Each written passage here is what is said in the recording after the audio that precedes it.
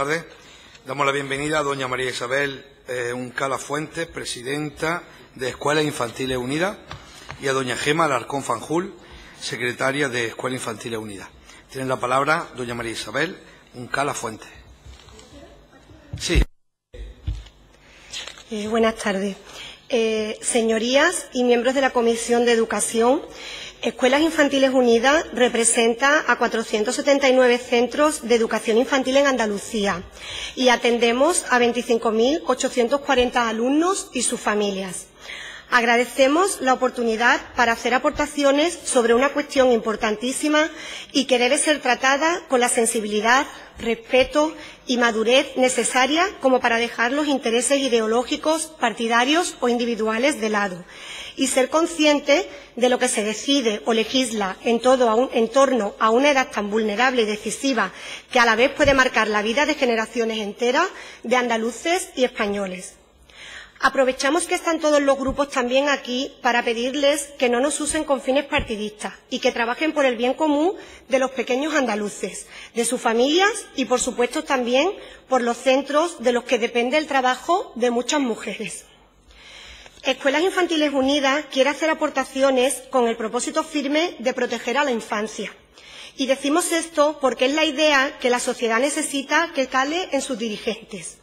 Que el niño y la niña sean el foco de las decisiones que se tomen en materia educativa. Y cuando se tengan en cuenta sus necesidades y prioridades, no nos equivocaremos. Y no solo lo decimos nosotros, sino que UNICEF, en su Convención sobre los Derechos del Niño, en su artículo 3, establece: en todas las medidas concernientes a los niños que tomen las instituciones públicas o privadas de bienestar social, los tribunales o las autoridades administrativas o los órganos legislativos, una condición primordial a que se atenderá será el interés superior del niño. Volvemos a intervenir en este Parlamento. Ya lo hicimos el 13 de junio de 2018 sobre la misma proposición de ley, a tramitar ante el Congreso de los Diputados, relativa al reconocimiento de la gratuidad y universalidad del primer ciclo de educación infantil, aprobada por este Parlamento.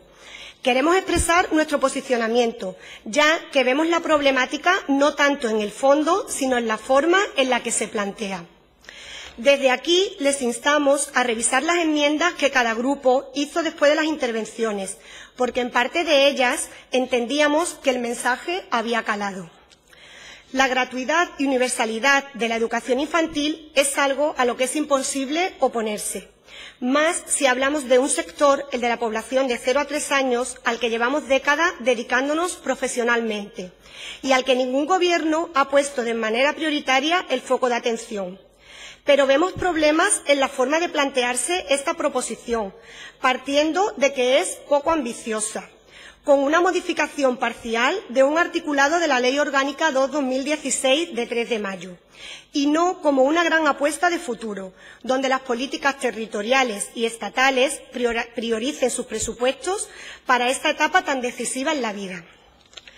Entendemos que esta proposición de ley va encaminada a la búsqueda de financiación por parte del Gobierno central, pero Andalucía lleva un camino recorrido que el resto de comunidades no tiene. Y es que cuenta con una red de centros educativos de primer ciclo capaz de dar cobertura a un tanto por ciento de la población muy elevado, contando con la actual red de centros adheridos al programa de ayudas.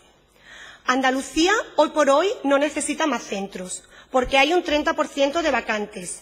Si algún día llegara la gratuidad, lo que Andalucía necesitaría sería una red de centros estudiadas para que se abrieran centros solos en aquellas zonas escolares donde hubiese necesidades, para garantizar la viabilidad de los centros educativos y una correcta distribución de los recursos públicos.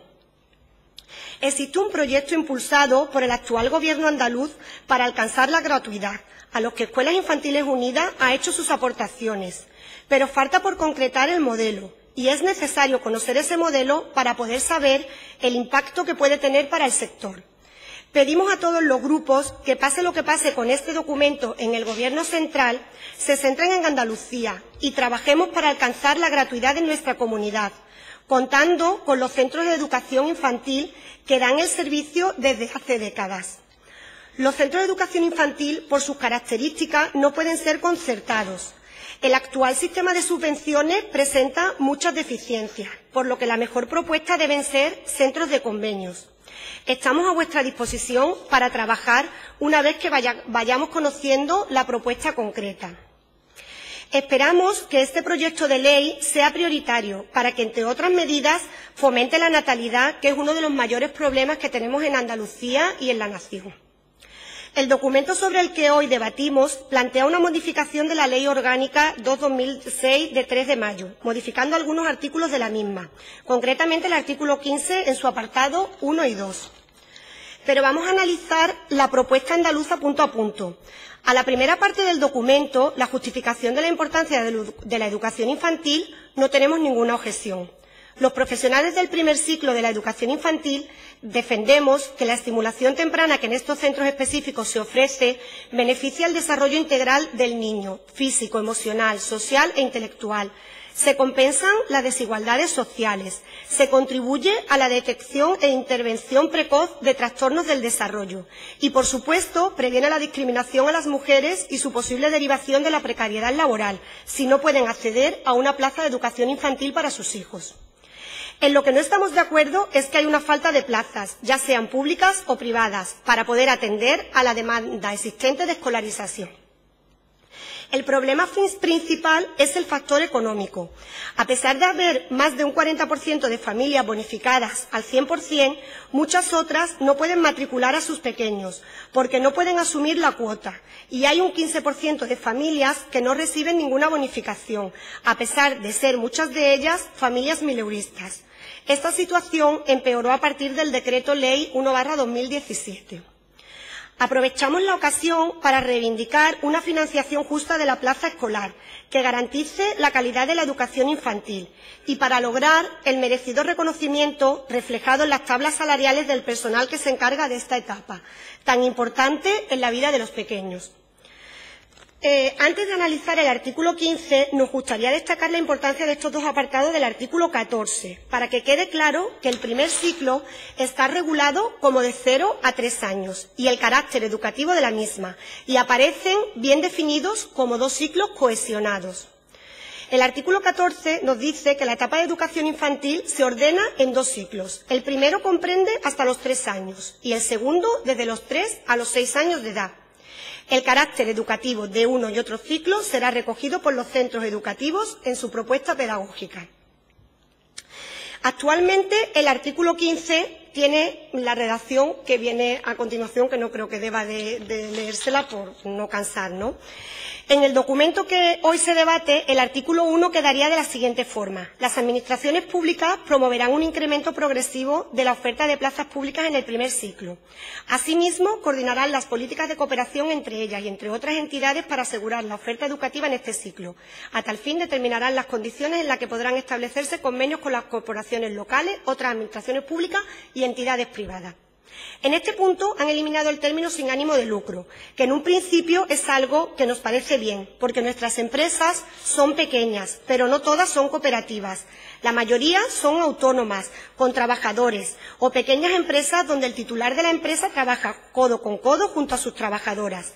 Y dejarla fuera de la posibilidad de que la educación infantil fuese gratuita en sus centros supondría el cierre de estos y, por lo tanto, el despido del sector, que es en un 98% feminizado.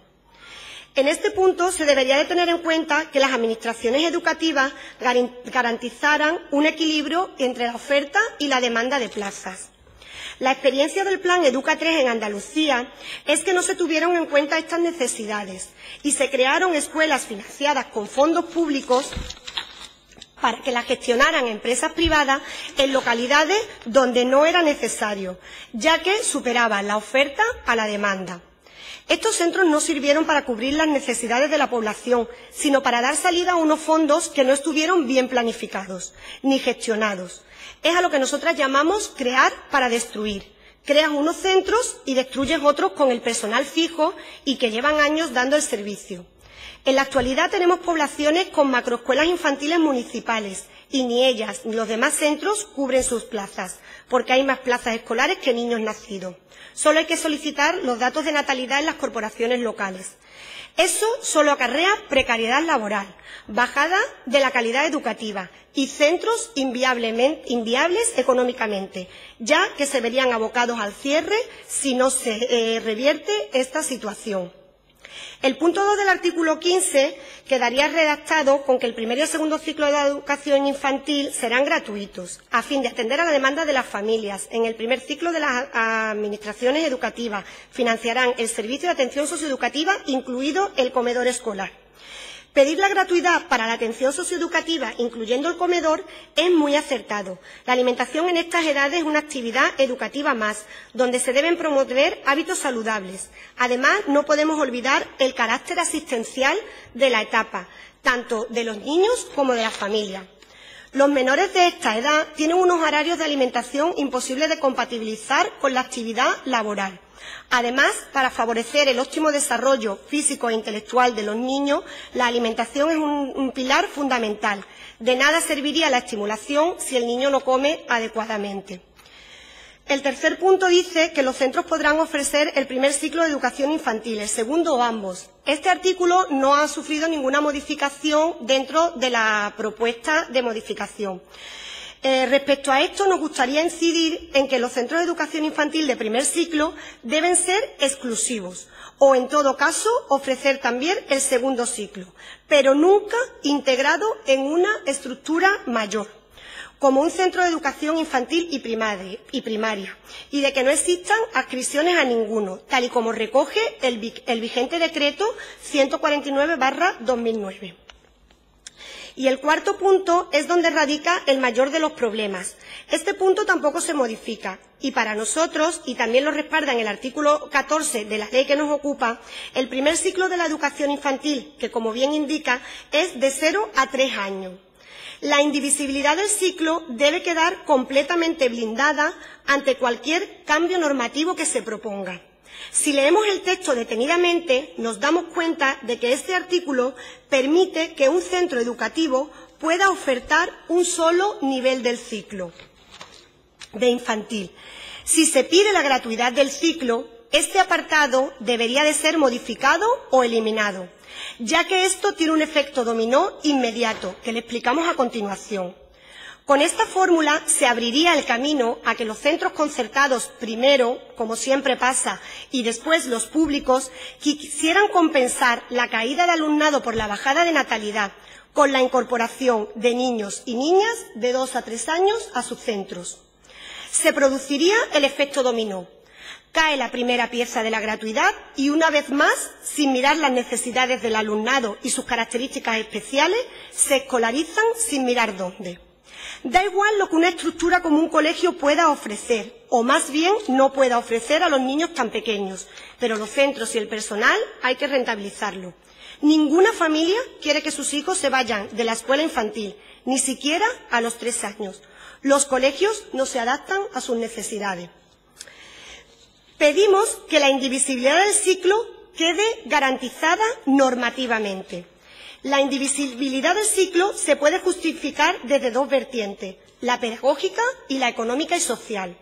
La vertiente pedagógica está muy clara. Cuando se elaboraron las primeras leyes que regulaban la etapa, se tuvieron en cuenta, entre otros factores, los neurológicos, que con la posibilidad de dividir el ciclo quedan destruidos. La mente de un niño de 0 a 3 años tiene una plasticidad especial y diferente a los niños un poco más mayores. Si nos apuran, esta plasticidad distinta llega hasta los 4 años y es a partir de ahí cuando comienza a cambiar. Pero también requiere de unos cuidados integrales que los colegios no pueden ofrecer a los niños. De todos, es sabido que deben entrar en el colegio con el control de esfínteres superado, a pesar de que algunos no están neurológicamente preparados. Esto no es un aprendizaje, es una maduración.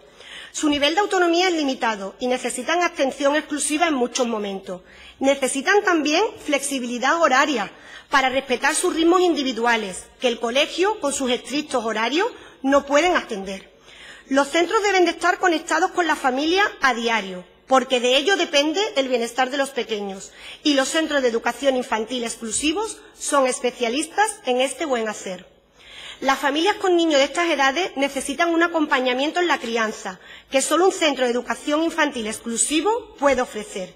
Nuestros despachos son cercanos. Nos convertimos en orientadores laborales, en acompañantes emocionales, en oídos atentos para detectar problemas sociales de importancia. Si nuestros dirigentes se paran a mirar los niveles de ansiedad de los niños de 3 a 6 años y la de casos de niños con tratamientos psicológicos, quizás se plantearía qué se está haciendo mal.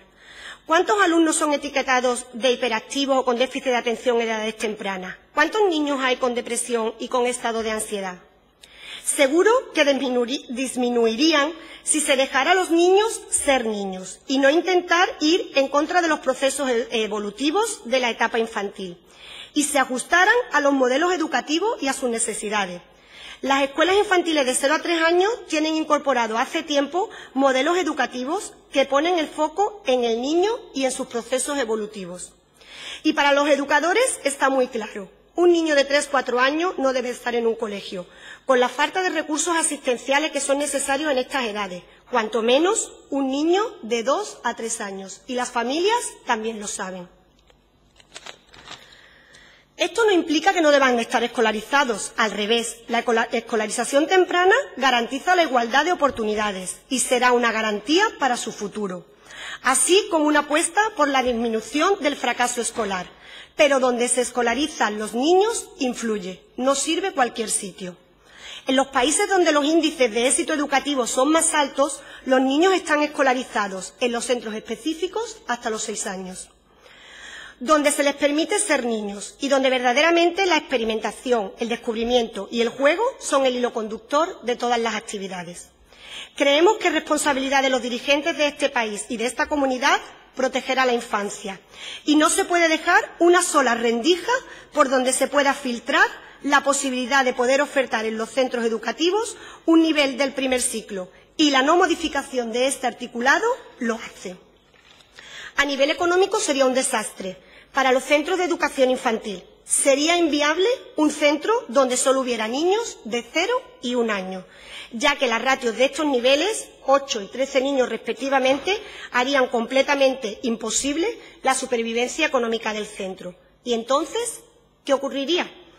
¿Quién se haría cargo de la educación y atención de esta población? Supondría un retraso de décadas porque toda la economía se vería afectada al tener las mujeres dificultad para volver al mundo laboral, ya que no existirían las escuelas infantiles. Os dejamos nuestra propuesta para que se tengan en cuenta a la hora de poder realizar enmiendas al documento, con el fin de intentar consensuarlo con todos los grupos. Las administraciones públicas promoverán un incremento progresivo de la oferta de plazas públicas en el primer ciclo. Asimismo, coordinarán las políticas de cooperación entre ellas y entre otras entidades para asegurar la oferta educativa en este ciclo. A tal fin, determinarán las condiciones en las que podrán establecerse convenios con las corporaciones locales y otras administraciones públicas y entidades privadas. Asimismo, las autoridades educativas garantizarán el equilibrio de la oferta de plazas y la demanda. El primer ciclo de la educación infantil serán gratuitos a fin de atender las demandas de las familias. En el primer ciclo de las administraciones educativas financiarán los servicios de atención socioeducativa, incluido el comedor escolar, y de los niños y niñas matriculados, tanto en centros públicos como en privados. Y en el segundo ciclo, las administraciones educativas garantizarán el modelo de convenio, de concierto que conocemos. Los centros, en este tercer punto del artículo, donde se oferte el primer ciclo de educación infantil, deben ser centros exclusivos de educación infantil, para garantizar la indivisibilidad del ciclo. De acuerdo con lo que establezcan las administraciones educativas, el primer ciclo de la educación infantil solo podrá ofrecerse en centros exclusivos que oferten el ciclo completo del mismo. Estos centros deberán incluir en su proyecto educativo la propuesta pedagógica a la que se refiere el apartado del artículo 14. Aprovechamos la oportunidad para pedir a todos los grupos políticos que, ya que esta propuesta va dirigida al Gobierno central, nos facilitéis la oportunidad de poder dirigirnos a los congresistas de cada partido que se encarguen del área de educación, para poder reunirnos con ellos y poder explicarles el porqué de nuestras conclusiones y que conozcan el sector y las necesidades de los pequeños explicadas por los profesionales que se encargan de su educación. Es por todo ello por lo que pedimos una reflexión profunda, donde se valore la gravedad del asunto con una perspectiva globalizada y sin tomar decisiones a la ligera. Pedir la gratuidad y universalización no se hace cambiando 2 puntos de una ley orgánica. Y aprovechando que no se ha vuelto a legislar nada al respecto del primer ciclo. Estamos hablando más de una década, donde los puntos de vista han cambiado. Necesita de un trabajo reflexivo, contando con el sector, que desde hace más de 3 décadas se dedican a la educación infantil. Cuando ningún gobierno sabía la importancia de la educación infantil, ya había mujeres atrevidas que creían en la necesidad de atender a esta población, por la conciliación y por los propios niños. Los centros han ido adaptándose a las circunstancias y exigencias normativas que han ido surgiendo, y la Administración los llamó a fila cuando los necesitaba. En cualquier propuesta que salga de este Parlamento se debe dejar claro que el ciclo es indivisible, que los espacios donde se deben realizar la educación de los más pequeños deben ser centros exclusivos y que hay que aprovechar la red de centros autorizados existentes para ser una prioridad, para no destruir un sector y no gastar más dinero público del necesario. Muchas gracias por su atención y si tienen alguna pregunta. Bien, pues muchísimas gracias por su detallada intervención. Muy bien. Le traslado el agradecimiento de todos y todas los miembros de esta comisión y bueno, y tendremos en cuenta, por supuesto, las aportaciones que ha hecho esta tarde en la comisión. Muchas gracias. Muy bien, muchísimas gracias. Os vamos a dejar a cada grupo el dossier, ¿vale? Voy a beber un poquito de agua, bonita.